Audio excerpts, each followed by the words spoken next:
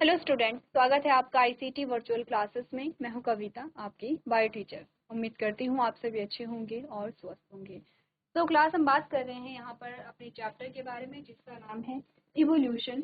और previous lecture में आपने कुछ टॉपिक्स यहाँ पर कवर किए हैं इवोल्यूशन की। काफ़ी सारी चीज़ें आपने समझी हैं यहाँ पर, जिसमें सबसे पहले आपने ओरिजिन ऑफ लाइफ के बारे में बात की है। हम बात कर रहे थे उसके बाद एविडेंस ऑफ इवोल्यूशन, इवोल्यूशन क्या होता है, उसकी क्या एविडेंस है, इसके बारे में हमने बात की है। जो भी टॉपिक आपने पढ़े हैं उनसे रिलेटेड कुछ क्वेश्चन आंसर्स हम यहाँ पर आज डिस्कस करने वाले हैं, जिसमें हम एमसीक्यूज यहाँ पर देखेंगे, यानी कि मल्टीपल चॉइस क्वेश्चन या बहुविकल्पी प्रश्न हम देखने वाले हैं। तो कोशिश करेंगे कि जो क्वेश्चन है उन्हें सारे सॉल्व करेंगे। बाकी इनमें से आपको पता है कि एक स्टेटमेंट है, 4 ऑप्शन है, उनमें से एक तो आपका आंसर होगा, 3 आपके अदर ऑप्शन होंगे जो गलत ऑप्शन होंगे। तो उनके बारे में भी आपको जो चीज़ें हैं वो यहाँ पे क्लियर करनी है। तो स्टार्ट करते हैं जल्दी से। सबसे पहला स्टेटमेंट आपसे कहा गया है, the force that initiate evolution is. आपने कहा वो कौन सी चीज है जिसने इवोल्यूशन को इनिशिएट किया है, यानी कि इवोल्यूशन को बढ़ावा दिया है, या जिसके कारण इवोल्यूशन हुआ है। तो उसके क्या कारण हैं? ऑप्शन आपके पास आते हैं, वेरिएशन यानी कि विविधता, म्यूटेशन जिसे हम उत्परिवर्तन कहते हैं, एक्सटिंक्शन जिसे हम क्या कहते हैं, जैसे एक्सटिंक्शन यानी कि जो विलुप्त जो प्रजातियां होती हैं और उनके विलुप्त होने की प्रोसेस एक्सटिंक्शन है। अडप्टेशन यानी कि अडप्ट करने की जो प्रोसेस है वो आपको बताना है यहाँ पर। तो आप देखिए एक बार।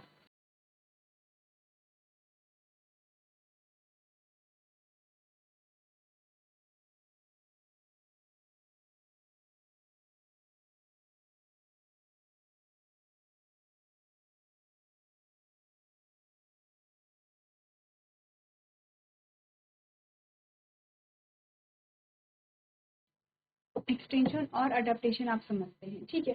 एक बार आपने चारों ऑप्शन देखे और इनमें से बताइए कि कौन सा ऑप्शन जो है वो आपका सही होगा। इजी क्वेश्चन है, ठीक है। बेसिक से हम यहाँ पर क्वेश्चन को देखेंगे और सिंपल से कॉम्प्लेक्स की ओर हम यहाँ पे अपने क्वेश्चन आंसर्स को सॉल्व करेंगे।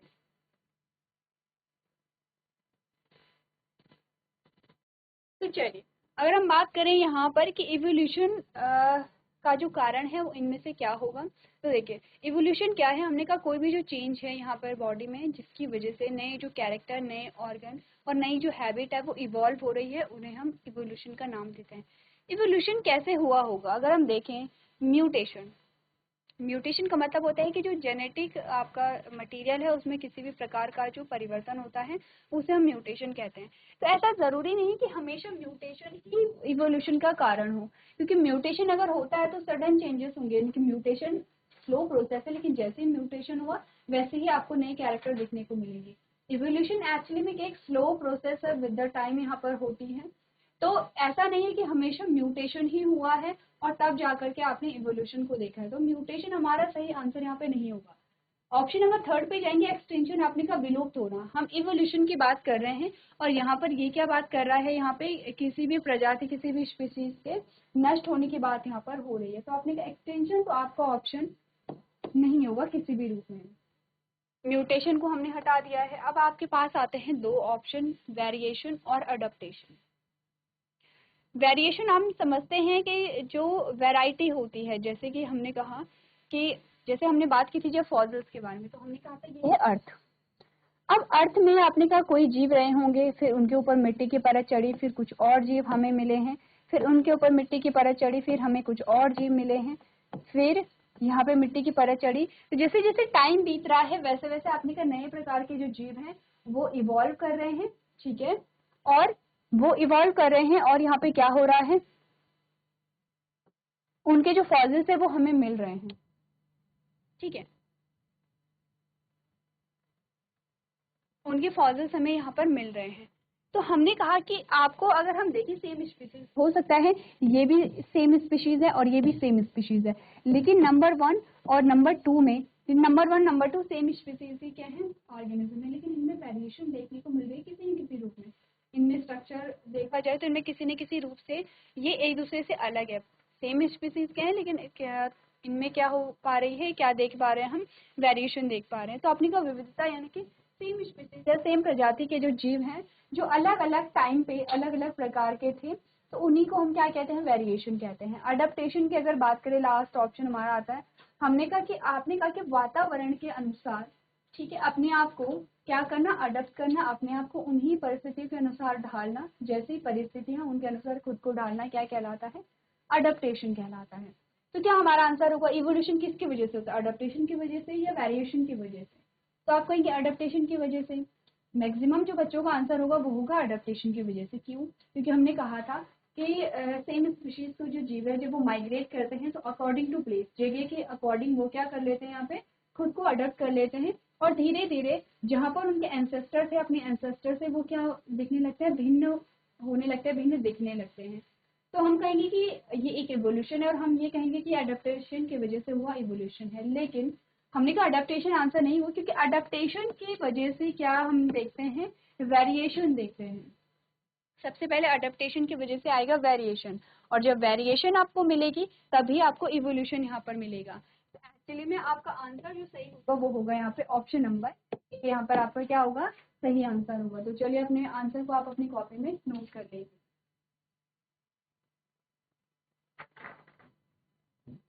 चलिए तो आगे बढ़ते हैं, और नेक्स्ट जो क्वेश्चन है उसे हम देखते हैं। यहाँ पे नेक्स्ट जो क्वेश्चन है वो आपके पास है, dash is the vestigial organ. आपको बताना है इनमें से कौन सा वेस्टिजियल ऑर्गन है। सबसे पहले है इंटेस्टाइनस विलाई, ठीक है, पैपिली है यहाँ पे, थर्ड है वर्मीफॉर्म अपेंडिक्स है, और नन ऑफ द अबव, यानी इनमें से कोई भी वेस्टिजियल ऑर्गन नहीं है। तो सबसे पहले तो आपको ये समझना है कि ये जो ऑर्गन है वो कौन कौन से होते हैं। जैसे अगर हम इंटेस्टाइनल विलाई की बात करें तो हमने कहा ये है इंटेस्टाइन, और ये इस प्रकार से फिंगर लाइक जो प्रोजेक्शन है इन्हें हम क्या नाम देते हैं, विलाई देते हैं। अगर हम पैपिली की बात करें तो ये आपके टंग, आपकी जीभ में पाई जाने वाली कुछ संरचना है पैपिली, जिन्हें हम कहते हैं यहाँ पे, ठीक है। वर्मीफॉर्म अपेंडिक्स जो है, आपने कहा कि जो आपका स्टमक है, जो एब्डोमेन है, वहां पर एक स्ट्रक्चर होता है जिसे हम वर्मीफॉर्म अपेंडिक्स यहाँ पर कहते हैं। अगर आपको ध्यान होगा कि हमने वेस्टिजियल ऑर्गन्स के बारे में बात की थी, तो हमने यहाँ पर देखा था, देखिए इंटेस्टाइनल वेलाई तो हमारी बॉडी में पाई जा रही है, क्योंकि इनका काम होता है यहाँ पे एब्जॉर्प्शन, यानी कि अवशोषण। क्या काम होगा यहाँ पे इनका, अवशोषण होगा इनका काम, ठीक है।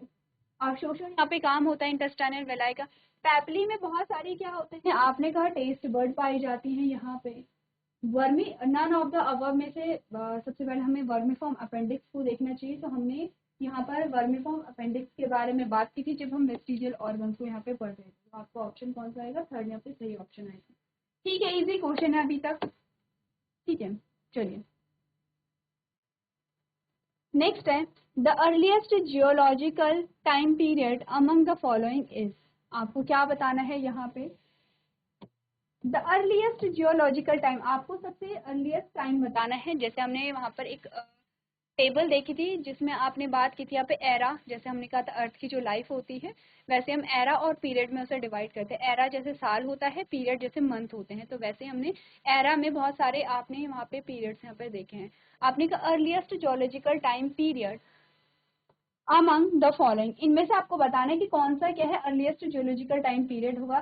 कैम्ब्रियन आपके पास आता है, ठीक है, पर्मियन आपका आता है, जुरासिक आपके पास आता है, और क्वाटरनरी आपके पास आता है। तो एक बार आप लोग देखिए ध्यान से, अगर आपने इस क्वेश्चन का आंसर नहीं आपको आ रहा है तो एक बार आप लोग अपनी बुक को खोलेंगे, जहाँ पर आपको बता रखा है अर्थ की जो एज है, उसमें जो टाइम स्केल है, उस अलग अलग जो चार्ट वहाँ पर आपके पास आए हैं, अलग अलग कॉलम जो आपके पास आए हैं, उसमें आप बताएंगे कि सबसे अर्लियर, सबसे पुराना जो जियोलॉजिकल टाइम पीरियड है वो इनमें से कौन सा है।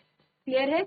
चलिए इसी के साथ एक और क्वेश्चन आपके पास यहाँ पर होगा कि जो डायनासोर थे वो कौन से टाइम में थे, कैम्ब्रियन में थे या पर्मियन में थे, जुरासिक में थे या क्वाटरनरी में थे। तो चलिए एक बार आप लोग इन्हें चूज कर लेंगे।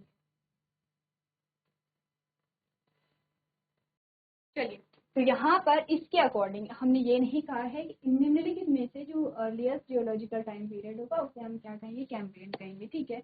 इसी के साथ नेक्स्ट जो क्वेश्चन मैंने आपसे पूछा था, डायनासोर जो होते हैं वो किस टाइम पीरियड में आपको मिलते हैं, तो जुरासिक में आपको मिलते हैं। आपने मूवीज देखी होंगी, तो काफी सारी मूवीज में यहाँ पर ये आपको बताया जाता है। चलिए आगे बढ़ते हैं। नेक्स्ट क्वेश्चन जो है आपसे पूछा गया है, the experiment that stimulated conditions show to be present on the early अर्थ।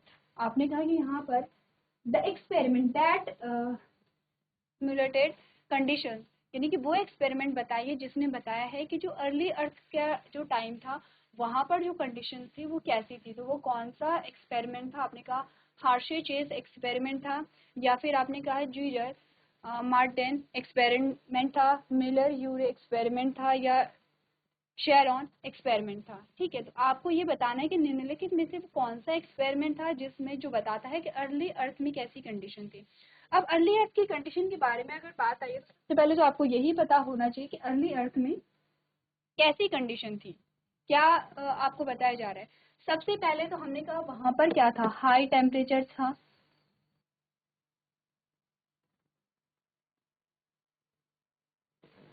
चलिए, तो हमने कहा सबसे पहले कंडीशन की बात करें तो वहां पे हाई टेम्परेचर था। ठीक है, नो फ्री ऑक्सीजन, कोई फ्री ऑक्सीजन वहां पे नहीं थी। अगर हम वाटर की बात करें तो वाटर क्या था, यहाँ पे गैस की फॉर्म में था, वेपर की फॉर्म में था। H2O जो था वो गैसीय स्टेट में था, यानी कि वेपर फॉर्म में था, लिक्विड फॉर्म में उस टाइम पे नहीं था। धीरे धीरे वो लिक्विड फॉर्म में आया। हमने कहा कि वहाँ पे जो वॉल्केनोज थे वो इरप्ट हो रहे थे और उनके इरप्शन से कुछ गैसेस, कुछ प्रिमिटिव गैसेस यहाँ पे निकली, जैसे कि NH3 है, CH4 है, H2 है यहाँ पे। ठीक है, ये कुछ क्या थी हमारे पास, प्रिमिटिव गैसेस थी। ठीक है, तो ये था यहाँ पे जो अर्ली अर्थ जो थी हमारे पास, वहाँ पर कुछ ऐसा जो इन्वायरमेंट था वो था। अब चलिए जल्दी से आपको ये बताना है कि जो वो कौन सा एक्सपेरिमेंट है जो हमें अर्ली अर्थ की जो कंडीशन है उन्हें क्रिएट करता है, उनके बारे में हमें बताता है।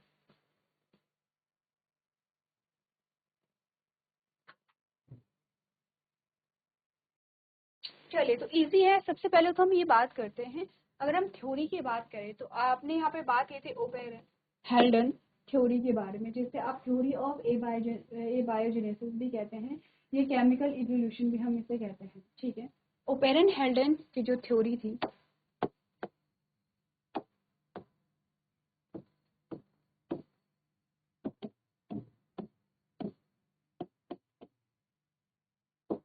उसे हम कहते हैं थ्योरी ऑफ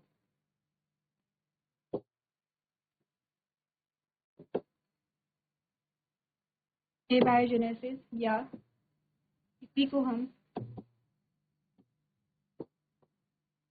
केमिकल इवोल्यूशन भी नाम देते हैं। ठीक है, तो थियोरेटिकल जो पोर्शन है वो तो हमें ओपेरन हेल्डन ने बताया था, लेकिन ओपेरन हेल्डन की थ्योरी को जो एक्सपेरिमेंटल फॉर्म या एक्सपेरिमेंटल रूप जो दिया था वो दिया था यूरे मिलर एक्सपेरिमेंट में। आपको याद होगा यूरे मिलर एक्सपेरिमेंट में यहाँ पर एक फ्लास्क को ऐड किया गया था इस प्रकार से,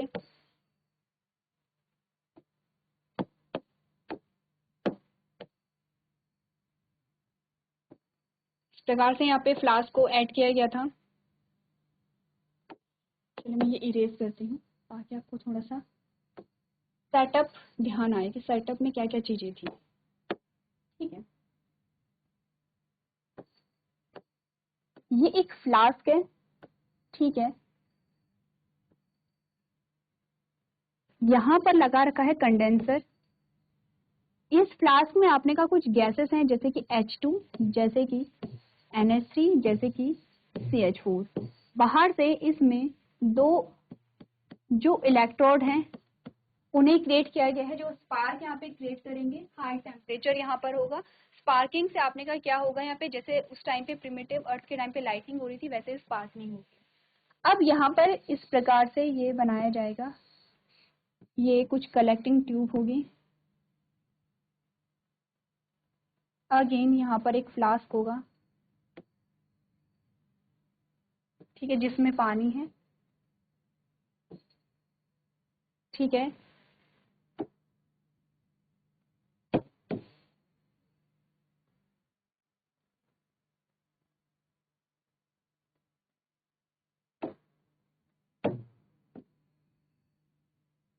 ठीक है, ये फ्लास्क है, इसमें क्या है, H2O है। यहाँ बाहर से इसे हीट दी जाएगी, इसे क्या दी जाएगी, हीट दी जाएगी, और ये पानी जो है ये यहाँ से इवेपोरेट होगा। इस प्रकार से इवेपोरेट हो करके कहाँ जाएगा, यहाँ ऐड हो जाएगा। तो यहाँ पे H2 है, हाइड्रोजन है, अमोनिया है, मीथेन है और वाटर वेपर है यहाँ पे। ठीक है, और ये किसकी फॉर्म में होगी, गैसीय गैसेस फॉर्म में, ठीक है, पानी जो होगा वो गैसेस फॉर्म में यहाँ पे जाएगा। इससे क्या होगा, आपने कहा प्रिमिटिव गैसेस है, यहाँ पे वाटर वेपर भी, वाटर जो है वो वेपर की फॉर्म में आता है यहाँ पे, क्योंकि हाई टेम्परेचर है और जो इलेक्ट्रोड है वो बाहर से वो क्या कर रहा है, स्पार्क यहाँ पर कर रहे हैं, जिससे लाइटिंग हो रही थी उस टाइम पे। अब पानी जो है वो इस प्रकार से वेपर फॉर्म में यहाँ पर आता है, लेकिन जैसे ये कंडेंसर से निकलता है, कंडेंसर यानी कि जो कंडेंसेशन संघनन में मदद करेगा, आप संघनन जानते हैं, हमने वाटर साइकिल पढ़ी है, वहां पर आप संघनन जानते हैं। जैसे ये कंडेंसेटर से होकर के गुजरेगा तो पानी जो है वो लिक्विड फॉर्म में आ जाएगा। अब पानी यहाँ पर,